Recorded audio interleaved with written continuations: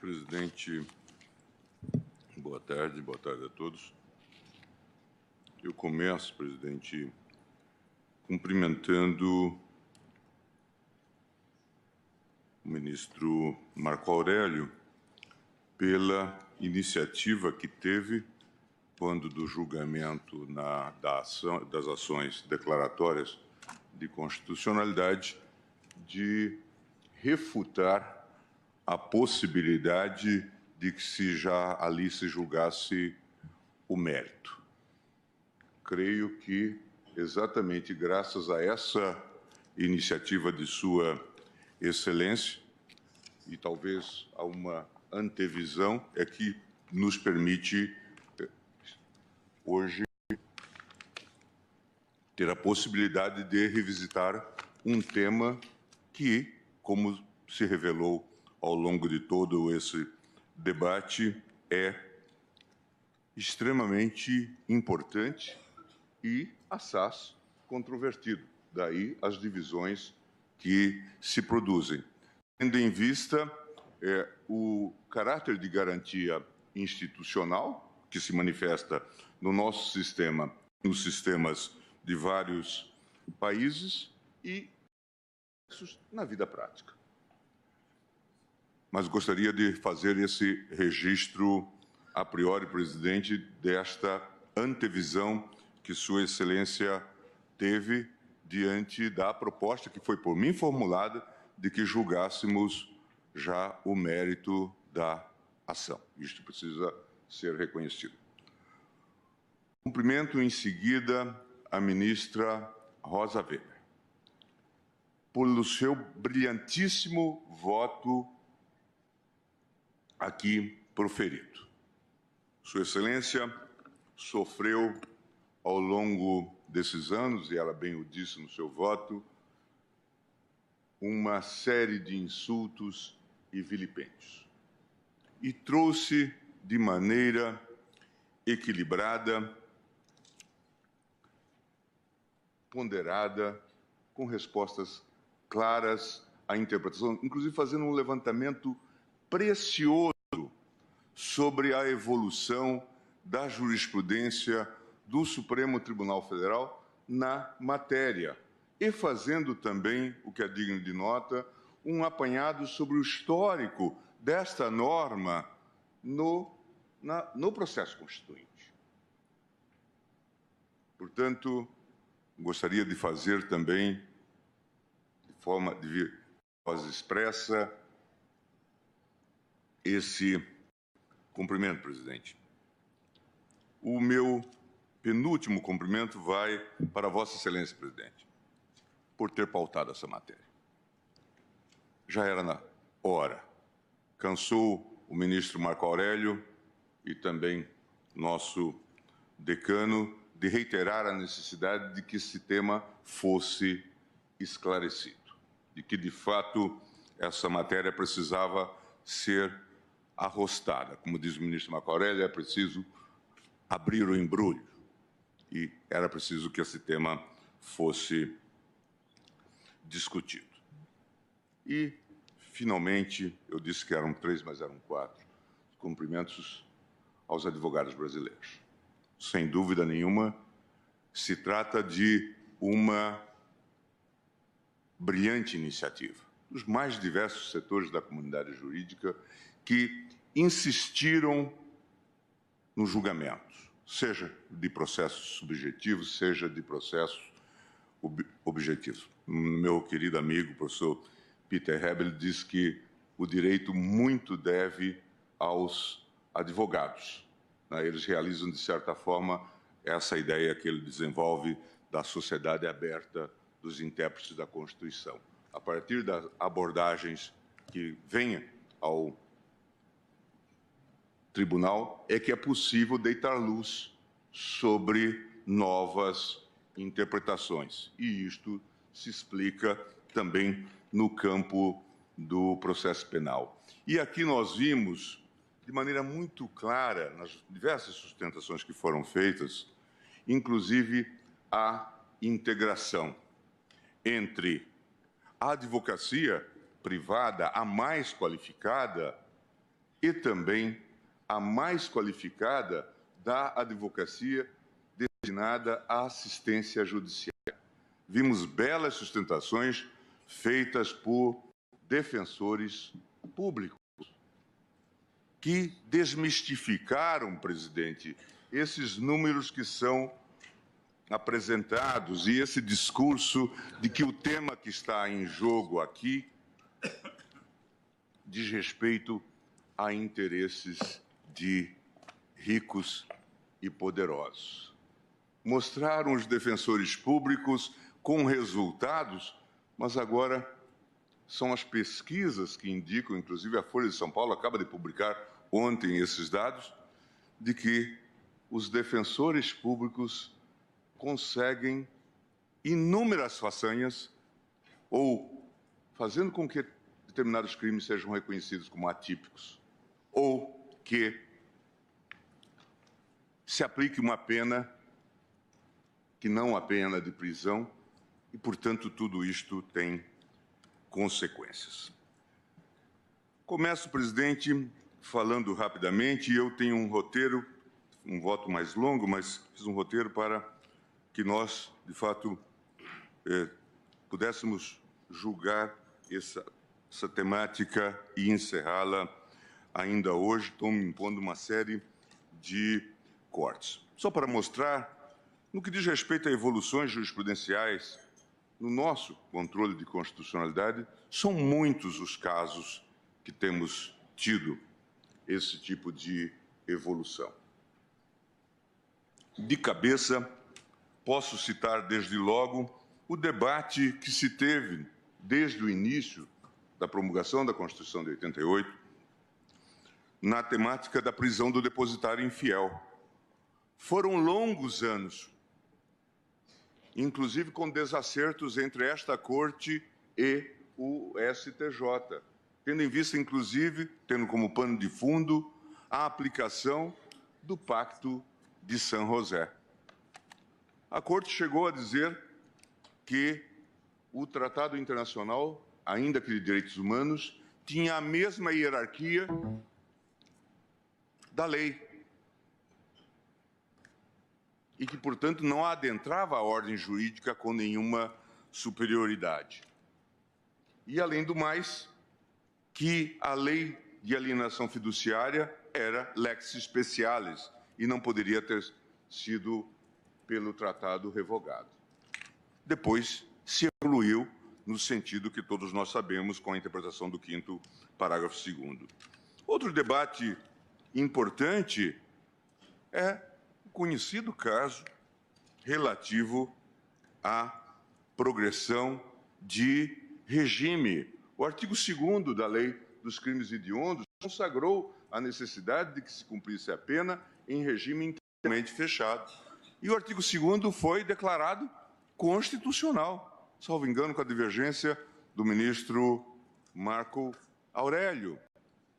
E passados muitos anos, o tribunal procedeu à revisão desse entendimento. No campo do processo penal, é muito interessante ver a evolução que se dá, tendo em vista o velho Código e a velha legislação vis-à-vis a nova Constituição, como mostrou com maestria o voto da ministra Rosa Weber, inicialmente. E a novidade que se introduziu no texto de 88, e Sua Excelência mostrou, inclusive, a origem da emenda, com a cláusula do artigo 57. Ninguém será considerado culpado até o trânsito em julgado da sentença penal condenatória. Claro que o núcleo essencial desse princípio impõe um ônus da prova do crime e sua autoria à acusação. Sob esse aspecto, não há maiores dúvidas de que estamos falando de um processual de âmbito negativo. Para além disso, a garantia impede, de forma geral, o tratamento do réu como culpado, até o trânsito em julgado da sentença. Não obstante, a definição do que vem a se tratar o réu como culpado pode depender, em certa medida, da intermediação do legislador. E essa questão suscita, não raras vezes, dúvidas aqui ou alhures. Desde logo, é bom acentuar que a concepção que foi mantida por longos anos e até 2009 correspondia a um Código de Processo Penal de feição fascista. E eu não estou aqui fazendo nenhum juízo de valor. Estou simplesmente a dizer que se tratava de um código de inspiração claramente autoritária. Daí o trabalho dificílimo que a Corte teve que fazer para proceder a essa construção. Dizer que determinadas normas não foram recepcionadas. Sua Excelência, a ministra Rosa Weber, chamou a atenção para o voto do ministro Celso, num dos sentença de pronúncia ou a decisão de pronúncia e a inclusão do nome no rol dos culpados, em que ali se afirmou claramente que não havia a recepção. Alguma evolução que se fez nesse tempo deu, inclusive, por fatores históricos que aqui não vamos sobre eles especular, mas de moderação do sistema para atender a determinados condestáveis do regime decaído. A tal lei Fillory, ministro Celso, que vem em moderação do sistema em 1900, alterou a redação do artigo 310 do Código de Processo Penal para restringir a manutenção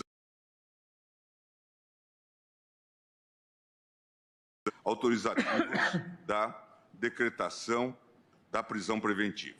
Então, essa moderação vem nesse contexto autoritário, mas depois vai se provar uma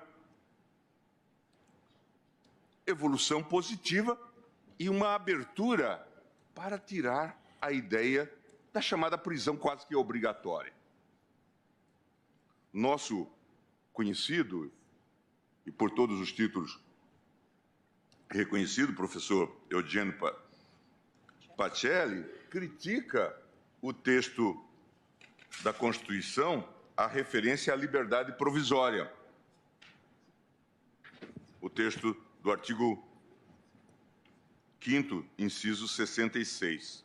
Ninguém será levado à prisão ou nela mantido quando a lei admitir a liberdade provisória, com ou sem fiança. Não é porque o Constituinte de 88, desavisado e desatualizado com a legislação processual penal de sua época, tenha se referido à liberdade provisória, com e sem fiança, que a nossa história deve permanecer atrelada a este equívoco.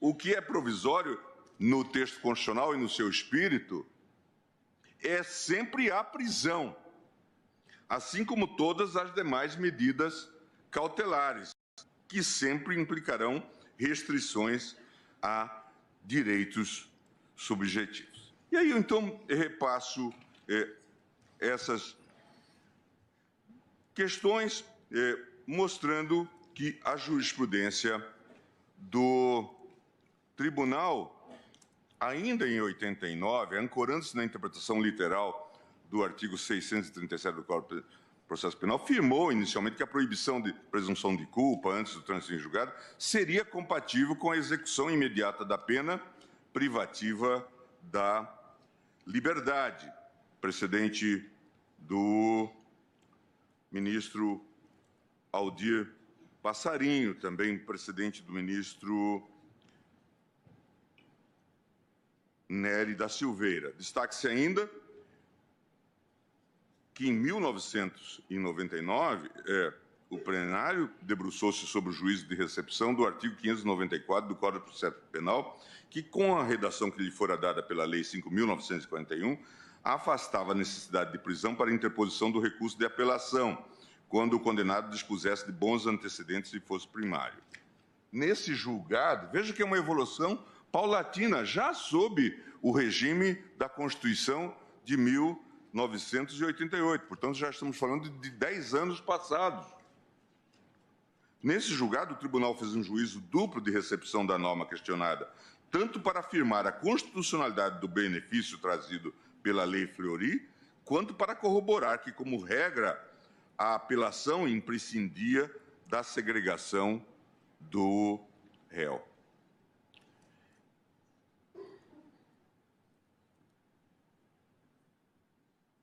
O entendimento prevalecente nos primeiros anos de vigência da Constituição de 88, todavia, foi excepcionado, como já foi referido, quando da apreciação do HC 69696, citado pelo ministro Edson Fachin, quanto pela ministra Rosa Weber, nos seus votos, e que vem a discussão sobre o rol dos culpados. Nos últimos anos, especialmente em 2008 e 2011, o Código de Processo Penal sofreu relevantes alterações, com o objetivo de adequar o texto às disposições constitucionais de 1988, e daí, inclusive, o debate sobre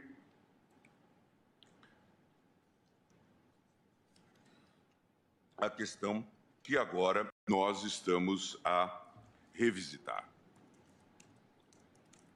Creio que também, para fazer justiça ao tribunal, é justo dizer que as turmas e o plenário fizeram um escrutínio severo dos conceitos indeterminados sobre a prisão provisória, repudiando a ideia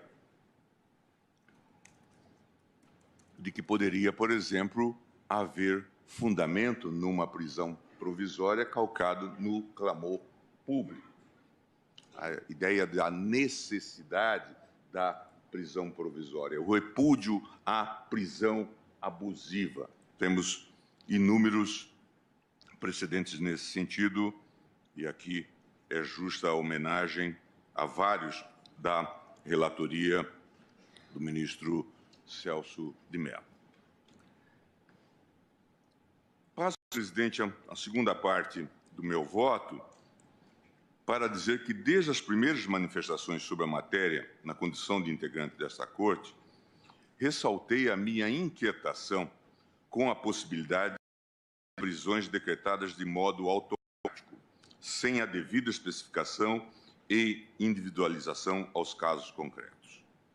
Acerca da minha posição individual, tenho registrado que profundas alterações no contexto normativo e fático subjacentes ao debate fizeram que, ao longo dos anos, meus posicionamentos evoluíssem diante das condições reais de satisfação ao princípio da presunção de inocência. Não vejo dificuldade maior em reconhecer que essas modificações se deram, como disse, tanto por alterações na legislação processual aplicável, quanto por modificações substanciais no contexto do sistema judiciário penal brasileiro. Em 5 de 2 de 2009, no julgamento do HC 84078, o plenário desta Corte assentou a inconstitucionalidade da execução antecipada da pena, diante do disposto no artigo 5º, inciso 57 da Constituição. No voto da minha lavra, no mencionado precedente, registrei que, incompatível com o ordenamento jurídico, seria justamente a execução da pena antes do trânsito em julgado, fora das hipóteses de cabimento da prisão. Transcrevo nesse sentido, exceto da parte dispositiva do meu voto. A ordem de prisão, antes do atingido o trânsito em julgado da sentença condenatória, sem expressa e fundamentada indicação dos requisitos e fundamentos da prisão preventiva, ofende diretamente o princípio da presunção da não culpabilidade de que trata o artigo 5º, inciso 57 da Constituição. Desde esse primeiro paradigma, portanto, fica assentada a importância ou a possibilidade de que houvesse a prisão provisória a partir dessa decisão de primeiro ou segundo grau, desde que presentes os requisitos de prisão preventiva. São os casos clássicos, nós nos lembramos bem, que são hoje enquadráveis naquele fundamento de ordem pública. A possibilidade, por exemplo, de uma iteração ou reiteração delitiva. Então, era uma hipótese que se colocava como plausível para justificar a prisão preventiva a partir da decisão de primeiro ou de segundo grau. Não deixa de ser interessante que o debate que se seguiu em relação à decisão de 2009 levou um dos seus, talvez, principais protagonistas do HC 84078, o ministro César Peluso, na sua presidência, a propor aquilo que se chamou a PEC Peluso. Em que consistia a PEC Peluso? Vossa Excelência fez referência no seu voto, ministra Rosa, que é digno de todos os encômios, inclusive por essa pesquisa. Consistia em afirmar que o trânsito em julgado dar-se-ia a partir da decisão de segundo grau. Portanto, aqui haveria a decisão definitiva e os recursos extraordinário e especiais ganhariam o caráter rescisório, tal como já ocorre no modelo alemão com o recurso constitucional e tal como ocorre no modelo espanhol com o recurso de amparo. O problema é que aqui era algo de fazer uma revolução, porque significava que as decisões tomadas, isso tinha implicações em todos os campos, envolvendo inclusive a Justiça do Trabalho, que as decisões de segundo grau de todos os tribunais teriam caráter definitivo. E certamente não foi por acaso que ela foi arquivada solenemente no Congresso Nacional. Mas foi esse o movimento de crítica à decisão que levou esse notável jurista, ministro Peluso, a enfrentar a questão dando uma resposta de iure. Em 17 de 2 de 2016, o tema foi novamente enfrentado pelo Supremo na apreciação do HC 126-292. Naquela oportunidade, deliberei por apresentar uma ideia modificada de minha compreensão sobre a matéria. À época, convenci-me de que a presunção de não culpabilidade representava princípio que assumia a feição de garantia institucional, de modo que tal princípio não necessariamente impunha que o réu fosse da mesma forma tratado durante todo o processo. Assim, conforme se avançava o processo e a culpa fosse demonstrada, a lei poderia, portanto, impor tratamento diferenciado. A principal justificativa do entendimento de 2016 assentava-se no diagnóstico de que a inefetividade do sistema recursal penal suscitava um grave quadro de ineficiência do sistema judiciário. Alguns exemplos emblemáticos auxiliavam-me na compreensão do ponto, tais como o conhecido caso Pimenta Neves, que teve seu trânsito em julgado mais de 11 anos após a prática do homicídio.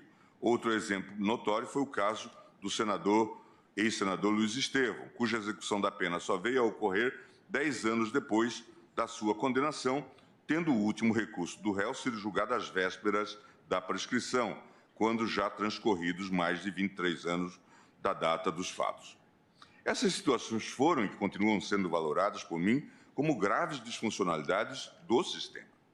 Todavia, subjacente a esse diagnóstico, a minha formação firmava uma crença, hoje absolutamente desiludida, quanto à capacidade dos tribunais de segunda instância de distinguir e corrigir situações abusivas.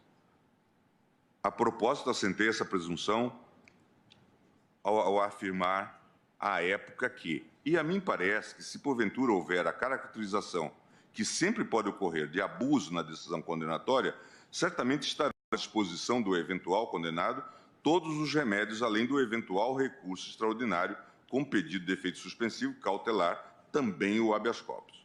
E os tribunais disporão de meios para sustar essa execução antecipada. Como se sabe, o entendimento do Tribunal sobre o tema foi corroborado ainda em 2016 no julgamento do RE com agravo 964-246 e no julgamento do HC 126-292. Em 5 de 10 de 2016, esse posicionamento foi mantido pelo Supremo ao indeferir as medidas cautelares das ações declaratórias 43 e 44. Já no ano de 2017, ainda no primeiro semestre, depois da decisão do plenário na apreciação das liminares desta DC, comecei a demonstrar as minhas primeiras reticências com a praxis que passou a se desenvolver no país em matéria de prisões provisórias seguidas de autorização de execução da pena após o julgamento da segunda instância. Falei várias vezes, ministro Fachin, Vossa Excelência é testemunha, de que nós tínhamos, mas antes da presença de Vossa Excelência, já com o ministro Teori, ainda com o ministro Teori, que nós tínhamos um encontro marcado com as prisões alongadas de Curitiba. E as prisões provisórias de Curitiba se transformaram em sentenças definitivas, que depois se transformaram em decisões definitivas de segundo grau. Portanto, a regra era a prisão provisória de caráter permanente. E isto passou a me chamar a atenção. No julgamento do HC 142-173, manifestei minha tendência em rediscutir essa questão, animando-me a considerar a proposta que tinha sido esboçada pelo ministro Toffoli e que alguns sistemas praticam, o sistema português, de certa forma, ou o sistema alemão, levando a questão até um tribunal intermediário, que seria o STJ. Uma realidade que nessa nossa descrição nós não podemos deixar de colocar tem a ver com a mudança, inclusive, ocorrida com o recurso extraordinário. O recurso extraordinário deixa de ser recurso fluido, natural, mas ele passa agora a ter essa limitação. Daí a importância da abordagem feita, então, pela proposta do ministro Dias Toffoli, uma vez que o recurso extraordinário passa a depender do crivo da repercussão geral. Nesse caso, deparamos-nos com uma situação de prisão provisória de um réu condenado em primeira instância pelos crimes de tráfico e associação para o tráfico. E assim como ocorre com diversos outros processos examinados na segunda turma, verificou-se na hipótese que a decisão que decretara a prisão preventiva fundamentava-se apenas na gravidade em abstrato. Ainda que nesse caso não houvesse condenação em segunda instância, quando da apreciação do HC, em meu voto registrei desde logo minha inquietação com o mau uso que as instâncias ordinárias vinham fazendo da prisão provisória após a decisão do STF de 2016, que autorizara a execução da pena antes do trânsito em julgado. Na ocasião, ao criticar o alongamento desmedido das prisões provisórias, adverti o seguinte: assinalo também minha preocupação com a decretação da prisão preventiva de modo padronizado, sem que o magistrado aponte concretamente a necessidade da medida extrema. Nós admitimos que será permitida a prisão a partir da decisão de segundo grau, mas não dissemos que ela é obrigatória. Em 5 de 8 de 2017, mais uma vez no âmbito da segunda turma, reafirmei minha evolução no entendimento sobre o tema no julgamento do HC 136.720. Naquele caso, destaquei novamente um quadro reiterado de prisões provisórias alongadas que já estava a subverter em sua inteireza a conformação do princípio da presunção de inocência. Assim, fica claro que minha mudança de posicionamento, já em 2017, ancorava-se em um diagnóstico da verdadeira mudança nas relações fáticas e jurídicas subjacentes ao tema da execução provisória da pena. De forma cristalina, afirmo que o fator fundamental a definir essa minha mudança de orientação foi o próprio desvirtuamento que as instâncias ordinárias passaram a perpetrar em relação à decisão do STF em 2016. O que o STF decidiu em 2016 era que dar-se-ia condição para se executar a decisão a partir do julgado de segundo grau. Ou seja, decidiu-se que a execução da pena após a condenação em segunda instância seria possível, mas não imperativa. De fato, na própria ementa assentada no referido precedente, no HC 126.292, consignou-se a execução provisória da pena seria uma possibilidade e não uma obrigatoriedade. Todavia, a realidade é que, após o julgamento de 2016, os tribunais brasileiros passaram a compreender essa possibilidade com um imperativo. Entendeu-se equivocadamente que estávamos determinando a prisão em segundo grau sem nenhuma avaliação acerca de eventual controvérsia de possibilidade do recurso, da observância, inclusive, da jurisprudência de tribunais superiores e ainda quanto à possibilidade de decisão de segundo grau estar em contradição com o entendimento do STJ ou do Supremo Tribunal Federal. Talvez o maior ícone desse desvirtuamento das instâncias ordinárias tenha sido a edição, e não por acaso, da súmula 122 do TRF da 4ª Região, com o seguinte teor: encerrada a jurisdição criminal de segundo grau, deve ter início a execução da pena imposta ao réu, independentemente da eventual interposição de recurso especial ou extraordinário. Tal entendimento sumular foi firmado pelo TRF em 14 de 12 de 2016 e sagrou-se como um mantra da execução provisória imediata da pena, ao largo de qualquer fundamentação da segregação. Posteriormente, em 4 de 4 de 2018, o plenário julgou o HC 152.752, o caso Lula, quando novamente me manifestei no sentido de que o julgamento pelo STJ seria a opção que confere maior segurança à execução provisória da pena. Isso porque, como anteriormente citado, o STJ pode corrigir questões relativas à tipicidade, à antijuridicidade ou à culpabilidade do agente, alcançando, inclusive, a dosimetria da pena. E isso me levou, inclusive, a destacar que, tendo em vista esses marcos, existiriam 3 possibilidades de antecipação da execução da pena. A possibilidade da antecipação da execução ocorreria com o trânsito em julgado progressivo da sentença condenatória. Parte dela já teria transitado em julgado.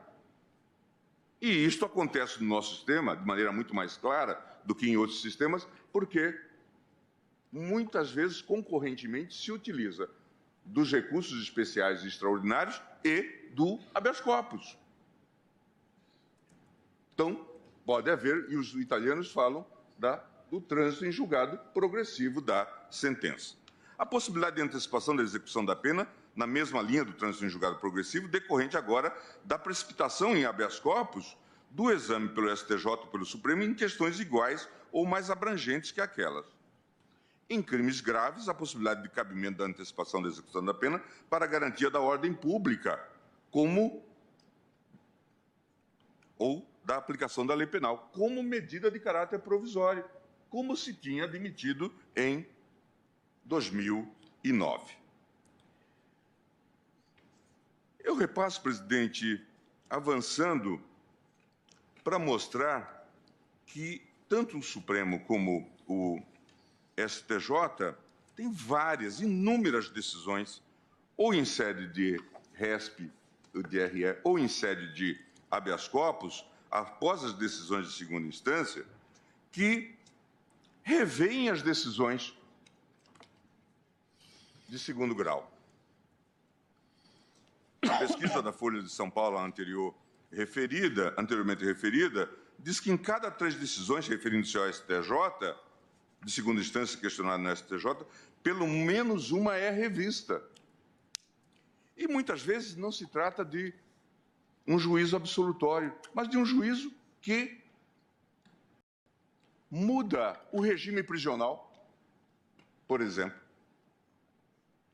O levantamento indicou que no STJ, 63% dos recursos levaram até 1 ano para transitar em julgado, a partir da data em que o caso chegou ao tribunal. Já no STF, 77% dos casos, o tribunal analisou os recursos criminais em menos de 1 ano. Mas, em suma,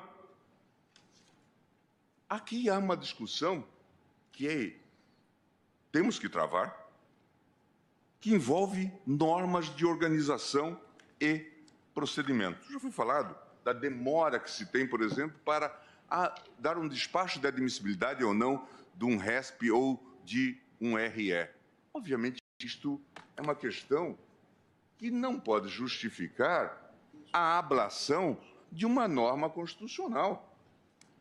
Ao revés, temos que melhorar o sistema de funcionamento, a distribuição, o atendimento da... Ministro Gilmar, só para registrar que esse momento processual que Vossa Excelência acabou de citar, a admissibilidade do recurso especial do recurso extraordinário, é um momento processual do tribunal local. Sim. Não é atribuição... Mais de 1 ano. Isso no tribunal local. Isso. Não são tribunais superiores. Veja, pesquisa recente de nossos assessores, um livro publicado, assessores da nossa corte, eles mostram em livro recentemente publicado, que foi organizado por assessores desta corte, mostrou-se que nos anos de 2017 e 2018, curiosamente, os anos seguintes, à mudança de entendimento do STF sobre a execução provisória da pena, houve uma verdadeira explosão do número de impetrações de HCs do Supremo. No ano da mudança do entendimento, a Corte recebeu, ao total, 6.491 impetrações. Após firmar a possibilidade de execução provisória da pena, foram impetrados 11.327 habeas corpus. E em 2018 chegou-se a 13.815. Ainda segundo dados dessa pesquisa, somente em 2018, os ministros do STF e os órgãos colegiados concederam 642 ordens de habeas corpus. Os principais fundamentos para ordens concedidas, e aqui para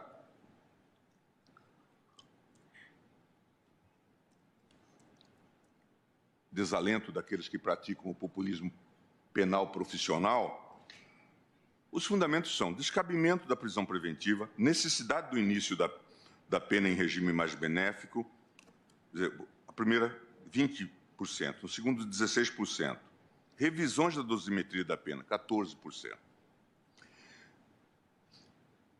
Considerando os dados de 2018, podemos verificar que apenas 4% dos HCs concedidos pelo Supremo no ano passado versavam sobre os chamados crimes de colarinho branco, o que inclui crimes de corrupção, lavagem de dinheiro e organização criminosa.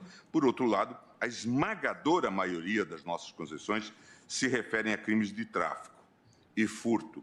49% a tráfico e furto, 9%. É o que nós verificamos, ministro Fachin, na turma, de maneira bastante evidente. Portanto, quando se faz o discurso de que esses HCs são concedidos para ricos, são concedidos para ricos e para pobres. Certa feita, num programa de televisão, eu fui perguntado por uma jornalista sobre esse assunto. E eu disse exatamente isto. E ela disse, mas por que eu não sei? Eu disse, porque jornalista gosta de rico, não gosta de pobre. Vocês não cuidam de pobres. A toda hora, ainda ontem, na turma, anteontem na turma, Vossa Excelência era relatora, um processo complexo, e nós tivemos a atuação da Defensoria Pública, discutindo temas e teses. Quantos casos são concedidos à questão do tráfico privilegiado, a aplicação do tráfico? Mas isso não aparece na mídia. E isso serve para mentes assanhadas fazer populismo judicial contra o tribunal. Ainda ontem, a Folha de São Paulo publicou um novo levantamento que indicou que a Defensoria Pública tem a maior taxa de sucesso que os advogados particulares quando recorrem ao STJ. Eu até fico com medo desse tipo de publicação, porque daqui a pouco os defensores públicos vão abandonar a atividade e vão passar para o lado privado, vão se sentir atraídos. Mas isto mostra exatamente a seriedade do trabalho que nós, costumeiramente, o ministro Lewandowski, eu, o ministro Fachin, o ministro Carmen, nós destacamos a importância do trabalho da Defensoria Pública, das estaduais e da União, no âmbito da turma nesses processos. Agora, presidente, eu caminho para o final e vou acelerar, mas eu digo o seguinte: até mesmo o debate sobre que é de construção de iure constituendo ou, eventualmente, de lege ferenda, do papel do STJ, precisa ser verificado. E o grande teste, nós discutimos muito essa questão da segunda instância, tendo como pano de fundo o caso Lula. E o caso Lula, de alguma forma, contaminou todo esse debate, tendo em vista essa politização. E isso acabou não sendo bom para um debate racional. Eu, inclusive, sou chamado nas redes sociais, por esses grupos que estão aí, de corifeu do petismo. Já fui acusado de muita coisa. Gilmar Mendes, é bom registrar que a Força Tarefa de Curitiba, comandada pelo procurador Deltan Dallagnol, deu parecer e pediu progressão de regime da pena do ex-presidente Lula. Ou seja, pela própria Força Tarefa de Curitiba, ele já deveria estar fora do regime fechado. Mas só o fez, é interessante, presidente, me perdoe a ironia, só o fez... Então não é esse Supremo Tribunal Federal que estará decidindo o eventual. Própria Força Tarefa de Curitiba assim já requereu a juíza local que, em razão de uma decisão anterior do Supremo que proibiu a transferência, encaminhou o pedido para cá, que chegou ao ministro Luiz Edson Fachin. Mas é um pedido do Ministério Público, que ele saia do regime fechado. Mas só o fez, presidente, eu dizia, a partir da possibilidade de que o tribunal decidisse a questão de segunda instância. Não é? Na verdade, foi um tipo de benevolência compulsória, compulsiva. Mas, em suma, é importante a observação.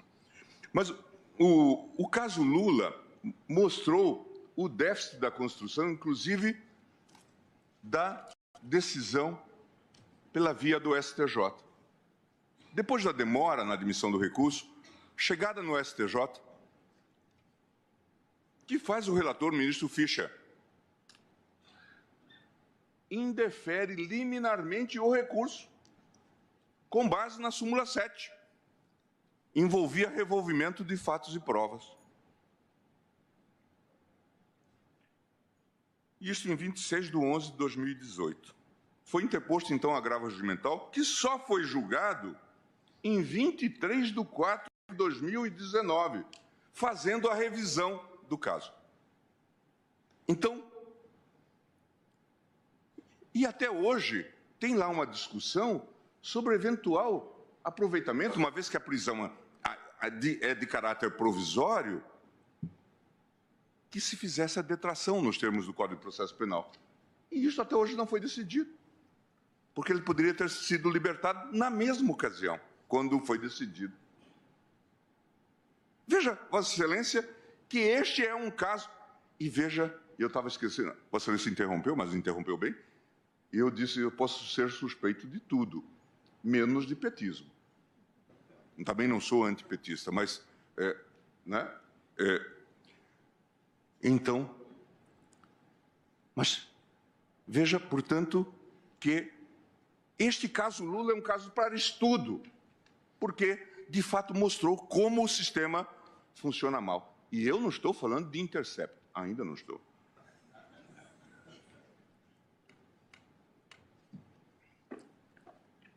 Presidente, tudo leva pela literalidade, presidente, portanto, tudo que já se falou, a despeito da possibilidade de se discutir de lege ferenda ou de iure constituendo, que se aplique a norma tal como nós assentamos aqui e como está posta na norma penal,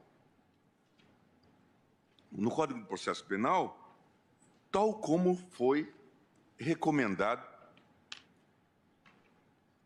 pelo legislador e como está agora requerido nas ADCs já referida. Eu vou encerrar, presidente, lembrando dois aspectos apenas.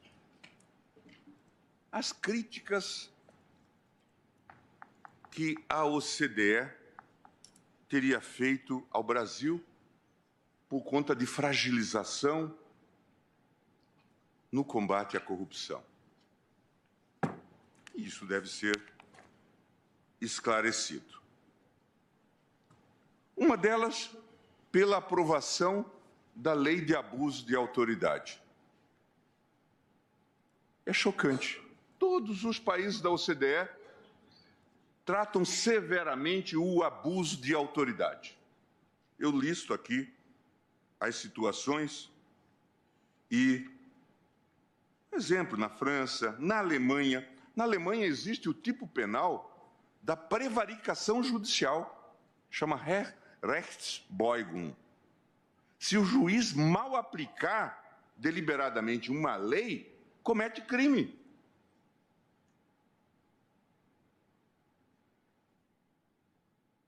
Veja, na Espanha, o artigo 446 do Código Penal diz: o juiz ou magistrado que intencionalmente ditar sentença ou resolução injusta será castigado com a pena de multa de 12 a 24 meses e inabilitação por emprego ou cargo público. Esse foi o caso do famoso juiz Baltazar Garzón.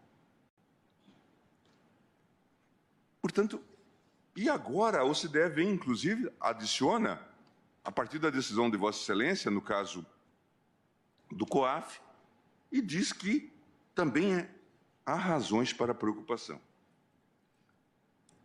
Quando ela mesma diz que há resoluções dizendo que há que ter cautelas nesse compartilhamento de dados.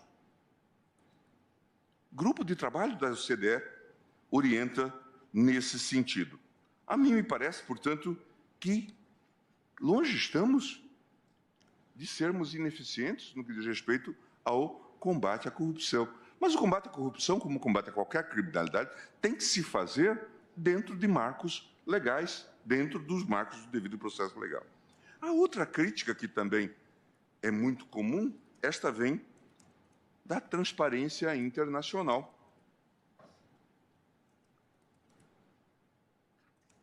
Que também ecoa barulhos, ecos, ruídos em torno disto. Presidente, é uma coisa que precisa se dizer. A Transparência Internacional, e eu conheço o presidente da Transparência Internacional, é um alemão, ela se tornou uma grife, mas ela também se tornou talvez um selo de franquia, que pode ser bem e mal utilizado. Nos últimos anos, a Transparência Internacional atuou como verdadeira cúmplice da força-tarefa da Lava Jato, nos abusos perpetrados no modelo de justiça criminal brasileiro.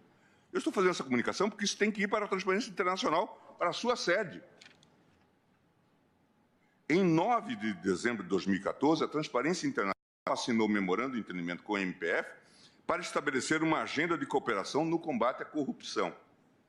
Desde então, as instituições afirmam terem colaborado na produção de conhecimento anticorrupção, apoio e capacitações técnicas e campanhas de conscientização. Alguns episódios desse longo relacionamento são dignos de destaque.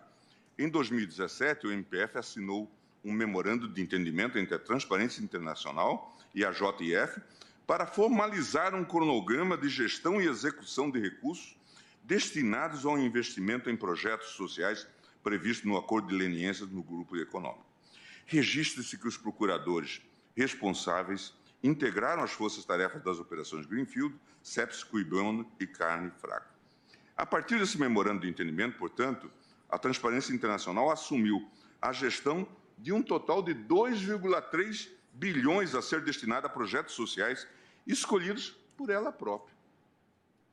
O combate à corrupção no Brasil dá lucro.